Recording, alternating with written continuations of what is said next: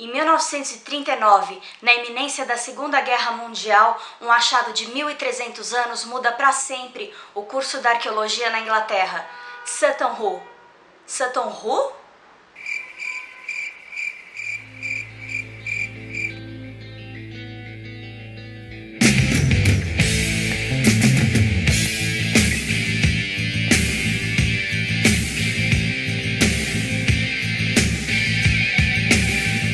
Em 1926, Edith Pretty, uma mulher muito abastada, adquire com seu marido a propriedade de Sutton Hoo, no condado litorâneo de Suffolk, na Inglaterra. O que chamava muito a atenção dela nesse terreno era que uma parte dele tinham pequenos montes, pequenas colinas espalhadas.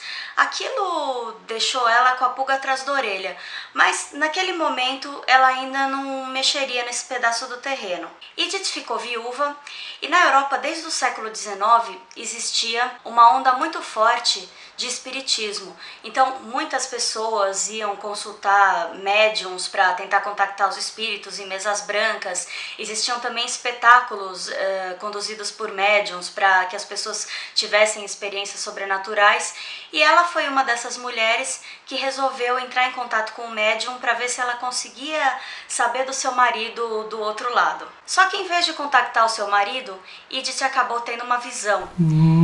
Ela viu uma procissão fúnebre ao lado ali de uma das pequenas colinas que tinham no seu terreno, e as pessoas nessa procissão usavam roupas muito antigas, roupas medievais. Para Edith, essa foi a certeza que alguma coisa tinha lá embaixo, e finalmente em 1937 ela resolveu procurar ajuda. A cidade de Ipswich, a mais ou menos 1 hora de carro de Sutton Hoo, abrigava um museu. Ela foi até esse museu e ela encontrou Basil Brown, um arqueólogo autodidata que era funcionário do museu e que resolveu ajudá-la. Analisando mais a fundo, ele pôde ver que realmente eram túmulos anglo-saxões, 18 deles. Os 3 primeiros túmulos escavados não continham grandes coisas, pequenos artefatos, nada de muito valor. E daí, Basil pensou em desistir, mas antes disso, ele resolveu explorar o maior dos montes que tinham ali, que era conhecido agora como Túmulo 1. Esse, ao contrário dos outros, conforme Basil tinha dito, não havia sido saqueado por ladrões. Charles Phillips, um arqueólogo de Cambridge, resolveu entrar na dança, e ele e Basil resolveram escavar esse Túmulo 1 e encontraram um navio inteirinho, um navio anglo-saxão, mais ou menos do século VII, de 27 metros de comprimento. Dentro desse navio havia uma câmara abarrotada de tesouros, mas curiosamente nenhum corpo. Examinando mais a fundo, eles chegaram à conclusão de que possivelmente esse navio foi o descanso final do rei Redwald, um rei anglo-saxão que governou East Anglia durante o século VII. East Anglia é um reino que ficava exatamente ali em Suffolk, na época dos reinos anglo-saxões. E esse rei, ele tem uma história muito curiosa. Ele foi um rei que governou ali exatamente naquele período de transição dos anglo-saxões, do politeísmo para o cristianismo. E ele permitiu que os seus súditos escolhessem em quem acreditar. Eles poderiam escolher a religião que quisessem. Tanto é que nessa câmara cheia de tesouros existem traços tanto politeístas quanto cristãos. Outro fato muito curioso: algo muito importante no cotidiano do povo anglo-saxão era a música e a poesia. Eles costumavam tocar lira e acompanhar por poemas épicos e heróicos. E um dos poemas mais famosos dessa época é Beowulf, que se tornou filme inclusive.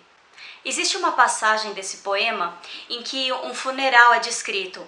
E daí os ingleses ficaram com isso na cabeça do poema. Eles conheciam esses costumes funerários do Beowulf e ainda não tinham encontrado nada que pudesse confirmar esses rituais que eram feitos. E aí, com a achada de Sutton Hoo, eles conseguiram. Como eram os funerais anglo-saxões? Os anglo-saxões, assim como os egípcios, por exemplo, costumavam enterrar seus mortos com todos os seus pertences. Às vezes dentro de navios, às vezes só dentro de um túmulo selado. Nesse caso, eles tiveram a sorte de encontrar um navio inteiro. Um detalhe muito importante: A espada para os anglo-saxões era algo extremamente significativo, não só por eles serem guerreiros, mas também porque quanto mais bem trabalhada e valiosa uma espada era, maior era o status do seu dono. Então, obviamente, eles também eram enterrados ali com todos os seus pertences, principalmente com as suas armas. Os tesouros ali eram muitos, moedas de ouro, fechos de roupa, porque também no período anglo-saxão não existia botões, zíperes e costuras muito bem feitas. Então o que eles faziam? Eles dispunham o tecido em cima do corpo, né, arrumavam conforme eles queriam e fechavam no ombro e nos punhos com fechos super bem trabalhados, conforme você pode ver aí. Eles poderiam também fechar as suas roupas com broches e terminar o look do dia com um cinto. Também cintos muito bem trabalhados, com fivelas em ouro, em pedras preciosas, enfim. Apesar do que se acredita desse período da Idade Média, desse começo de Idade Média, ele foi um período muito rico, mesmo que essas terras tivessem sido abandonadas pelos romanos à própria sorte para invasões e para batalhas, eles conseguiram manter um padrão bem luxuoso. Além de fechos e broches e fivelas e prataria e moedas, o que tinha nesse túmulo também?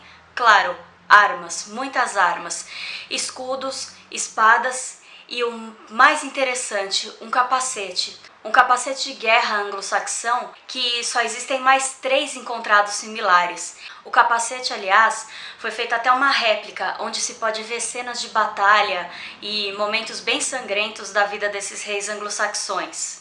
Edith doou todo esse tesouro em 1939 para o Museu Britânico em Londres, só que eles acharam melhor esconder tudo isso por causa da Segunda Guerra, né? Além do risco dos bombardeios destruírem tudo isso que eles tinham escavado, tinha a questão dos nazistas roubarem obras de arte. Então o espólio conseguido pelos nazistas durante a Segunda Guerra é enorme e é extremamente valioso, e eles não iam correr esse risco. Então o tesouro de Sutton Hoo ficou escondido ali nos subterrâneos dos trens, até que eles pudessem ser resgatados e expostos no museu. Estão lá até hoje expostos para visitação.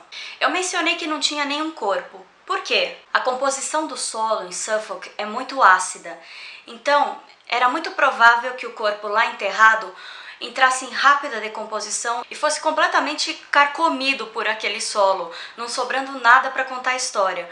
Uma outra possibilidade era que o corpo do rei, do suposto rei, tivesse sido enterrado em algum outro lugar de Sutton Hoo. E as escavações não pararam na década de 30. De 84 a 93, mais 2 túmulos foram escavados e diversos corpos em estado muito precário foram encontrados. E tinha uma coisa muito curiosa em relação a esses corpos. Eles foram encontrados em uma posição como se as pessoas estivessem agonizando como se as pessoas estivessem agonizando momentos antes de morrer. Elas apresentavam sinais de tortura e de mutilação. Algumas foram encontradas até mesmo sem a cabeça. O que se acredita é que essas pessoas foram partes de rituais pagãos, ou até mesmo de alguns rituais do cristianismo inicial, ou até mesmo sacrifícios de guerra do próprio rei. A situação dos corpos era tão precária, mas tão precária, que eles pareciam de certa forma bonecos esculpidos na areia, como você pode ver aí. Mesmo assim, com sorte eles puderam ser estudados, mas acabaram ganhando o apelido de Sandman.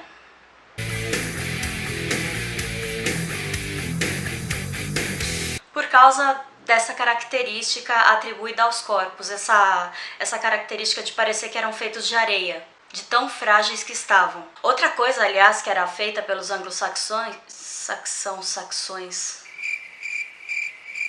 Outra coisa, aliás, que era feita pelo povo anglo-saxão era sacrificar o cavalo do monarca para que fosse enterrado junto com ele e todos os seus pertences. Sutton Hoo hoje é um memorial e está aberto para visitação.